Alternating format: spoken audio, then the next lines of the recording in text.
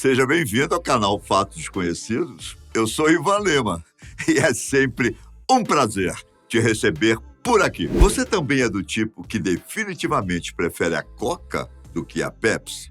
Não há dúvidas de que a Coca é o refrigerante mais consumido do mundo. Mas você sabia que a Pepsi tem uma história parecida com a da Coca-Cola e que os dois refrigerantes surgiram na mesma época? Vem comigo. Eu vou te contar a história de um dos refrigerantes mais famosos do mundo. Tchim, tchim. É incontestável que a Pepsi é hoje um dos produtos mais reconhecidos do planeta. Quase tão famoso por seus comerciais quanto por sua interminável batalha com a rival Coca-Cola. Pode parecer loucura o que eu vou falar agora, mas a Pepsi foi criada por um farmacêutico. Olha só, pouca gente sabe, mas assim como a Coca-Cola, a Pepsi era vendida como uma bebida que tinha alguns benefícios para a saúde. Tudo começou quando o farmacêutico Caleb Bradan, da cidade de New Bern, na Carolina do Norte, começou a vender refrigerante em sua farmácia. Nessa época, era comum encontrar esse tipo de bebida nesses estabelecimentos, até porque os refrigerantes eram fabricados pelos próprios farmacêuticos. Inicialmente, a bebida que ele mais vendia era chamada de bebida do Brad, e era basicamente uma mistura de açúcar, água, caramelo, óleo de limão, noz moscada, nozes de cola e alguns outros ingredientes. Foi questão de tempo para que a bebida se tornasse um sucesso, mas havia um detalhe que ainda precisava ser analisado: o nome dela. Isso porque bebida do Brad, que fazia referência ao seu criador, não era muito atraente. Foi então que no dia 28 de agosto de 1898, Caleb Bradan decidiu mudar o nome para Pepsi Cola. O motivo dele ter escolhido esse nome? Inicialmente, a Pepsi era vendida como uma bebida que, além de refrescante, ajudava pessoas com indigestão. Por isso, ele se inspirou na palavra dispepsia ou dispepsia em inglês. E então surgiu o nome Pepsi, que conhecemos hoje. Na década de 1900, a Pepsi Cola já era distribuída por várias farmácias e outros estabelecimentos de New Bern e de outras cidades da Carolina do Norte. No final da década de 1910, já era vendida em 24 estados do país. No começo, como eu disse anteriormente, a Pepsi era vendida como um auxiliar digestivo, atraindo os consumidores com o slogan excitante, revigorante, auxilia a digestão. Durante um bom tempo, esse slogan e a tática de vender a Pepsi como um auxiliar digestivo deu certo. Mas à medida que a marca crescia, a empresa resolveu usar o poder das celebridades para atrair novos consumidores. Em 1913, a Pepsi contratou Barney Oldfield, um dos pioneiros do automobilismo. Quando se tornou o porta-voz da marca, ele ficou muito famoso pelo slogan "Beba Pepsi Cola, vai satisfazer você". Como a tática deu certo, a marca continuou a usar celebridades para atrair novos consumidores nas próximas décadas.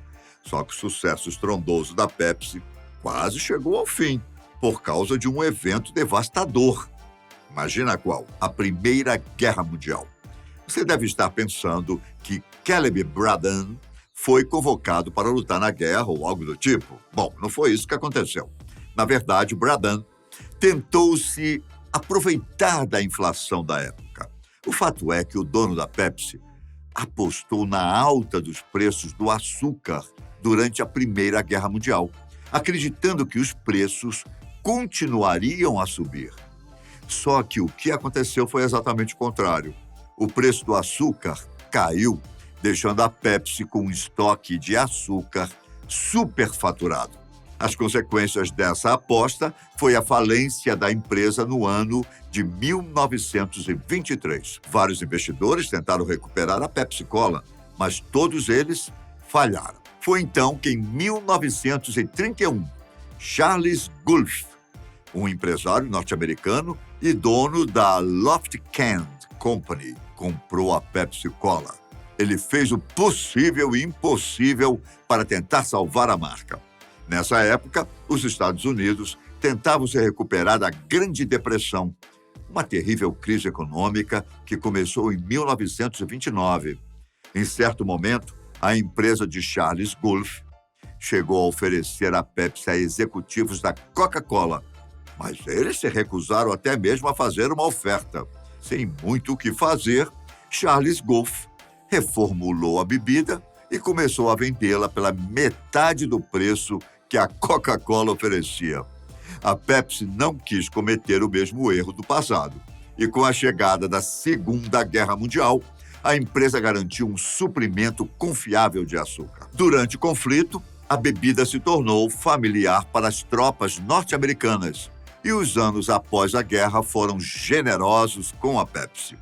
O então presidente da empresa, Alfred Steel, casou-se com a atriz Joan Crawford. Quando Alfred morreu de ataque cardíaco em 1959, ela passou a fazer as funções do marido.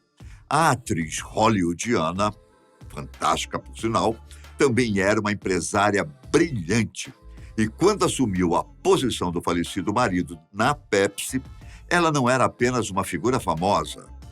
Crawford tomou decisões importantes, fez aparições e até visitou as fábricas da Pepsi para tentar dar mais visibilidade à marca.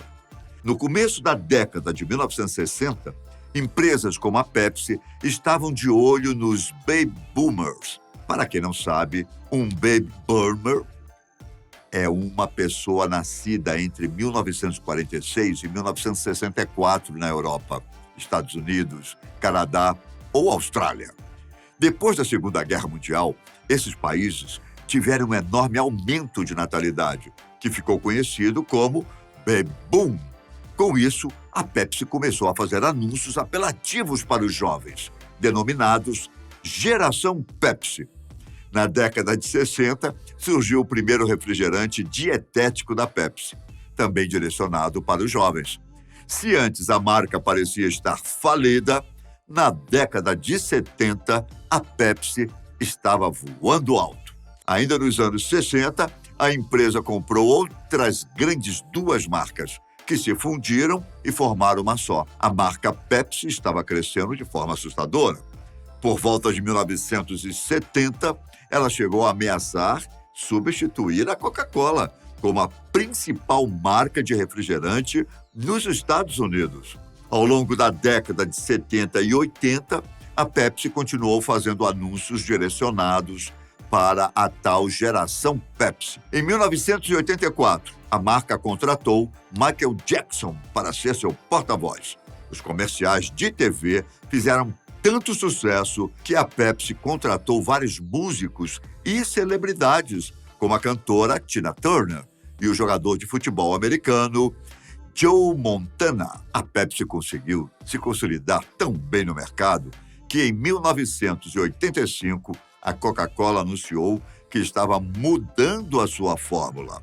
A New Coke, como foi chamada, foi um desastre total.